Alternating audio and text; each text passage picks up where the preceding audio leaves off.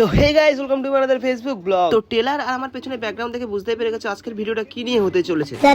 না জানলে আমি তো আছি। তো চলো গাইস, শুরু থেকে বলি পুরো গল্পটা। সকাল সকাল ঘুম থেকে উঠে আমি বেরিয়ে পড়েছিলাম ক্লাসের উদ্দেশ্যে। ক্লাসে এসে দেখি রিহার্সাল স্টার্ট হয়ে গেছে। তো সারাদিন রিহার্সাল করার পর আমরা সবাই মিলে বসে পড়লাম প্রস গোছাতে। সবকিছু গোছানোর পর আমার মনে পড়লো আমার আইডি কার্ডটা আনতে ভুলে গেছি, তাই লেট না করে তাড়াতাড়ি বেরিয়ে পড়লাম আইডি কার্ডটা নিয়ে আসার জন্য। তো আইডি কার্ড আনতে গিয়ে অনেকটাই রাত হয়ে গেছিল, তাই লেট না করে তাড়াতাড়ি ক্লাসে শুয়ে পড়লাম। তো সকাল সকাল রেডি সেডি হয়ে গোল্ডেন স্কালস আর বিট ব্রেকার্স মিলে আমরা বেরিয়ে পড়লাম শালিমারের উদ্দেশ্যে, কারণ আজকে আমাদের ট্রেনটা ছিল শালিমার থেকে। কারো ঘুম, কারো হাসি, কারো গান শুনতে শুনতে আমরা পৌঁছে গেলাম শালিমার। তো তারপর কিছুক্ষণ পরে আমাদের ট্রেনটা চলে আসলো আর আমরা ট্রেনে উঠে পড়লাম। তো আজকে তার বার্থডে আছে, তাই আমরা সবাই মিলে ছোট করে সেলিব্রেশন করলাম। তারপর আমরা চলে গেলাম পেট পুজোর জন্য। পেট ভর্তি না থাকলে তো আমি ডান্স করতে পারি না, তো পেট ভর্তি করার জন্য তাড়াতাড়ি চলে গেলাম স্যারের কাছে, গিয়ে খেয়ে নিলাম। দেখো, খাওয়ার পরে তো হজম করতে হবে, তার জন্য আমি কোনো উপায় খুঁজে পাচ্ছিলাম না, তার জন্য একটু সবাই মিলে একটু নেচে নিলাম।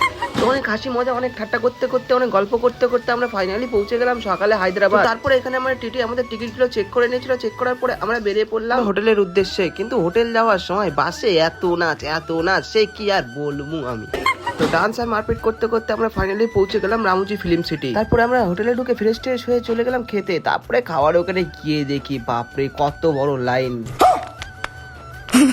দেন আমরা খাওয়া দাওয়া করে পুরো দিনটা রেস্ট করলাম। পরের দিন সকালে আমরা রেডি সেডি হয়ে বেরিয়ে পড়লাম স্টুডিওর উদ্দেশ্যে। আর এই রামোজি ফিল্ম সিটি ওয়ার্ল্ডের সবচেয়ে বড় ফিল্ম সিটি। এখানে বছরে প্রায় 200টারও বেশি মুভি বানানো হয়। বাহুবলী থেকে শুরু করে চেন্নাই এক্সপ্রেস আরো অনেক মুভি এখানে বানানো হয়েছে। তো সেই সব দেখতে দেখতে আমরা চলে গেলাম স্টুডিওতে। তো এখানেই আমাদের প্রথম দিনের টেকনিক্যাল আছে আর পরের দিন আমাদের শুট আছে। তো তাড়াতাড়ি আমরা টেকনিক্যাল করে নিলাম। টেকনিক্যাল করে আমরা চলে গেলাম সোজা খাওয়ার ওখানে। আর খাবার দেখে বাবা, এর তো মুখে দেওয়া যায় না ভাই, আমরা বাঙালি জিনিস ছাড়া আমাদের চলে না। এইটা কি কোনো কথা? হ্যাঁ, এটাই কথা, কিন্তু কিছু করার নেই। তাড়াতাড়ি আমরা খেয়ে দিয়ে বেরিয়ে পড়লাম হোটেলে যাওয়ার জন্য। সবকিছু দেখতে দেখতে আমরা চলে আসলাম হোটেলে। দেখতে পাচ্ছ এটা হচ্ছে আমাদের হোটেল। তারপর রাতে ডিনার করে আমরা সকালে উঠে আবার বেরিয়ে পড়লাম শুটের জন্য। তো শুটের আগে স্যার এখানে কিছু কথা আমাদেরকে বুঝিয়ে বলে দিচ্ছিল। তারপর আমরা শুটে বেরিয়ে গেলাম। ওখানে কোনো ক্লিপ নিতে পারলাম না, কারণ আমরা ডান্সে ভিজেছিলাম। আর তার জন্য তোমাদের কি করতে হবে, ডান্সটা দেখার জন্য তেলেগুর ইটিভিতে 23 আর 24 আগস্টে তোমাদেরকে চোখ রাখতে হবে সন্ধ্যা ঠিক 7টায়। তো স্টেশনে গিয়ে কোনো কাজ পাচ্ছিলাম, তার জন্য আমি একটু রিয়াকশন নেওয়ার জন্য একটু পাকামো মেনে নিলাম।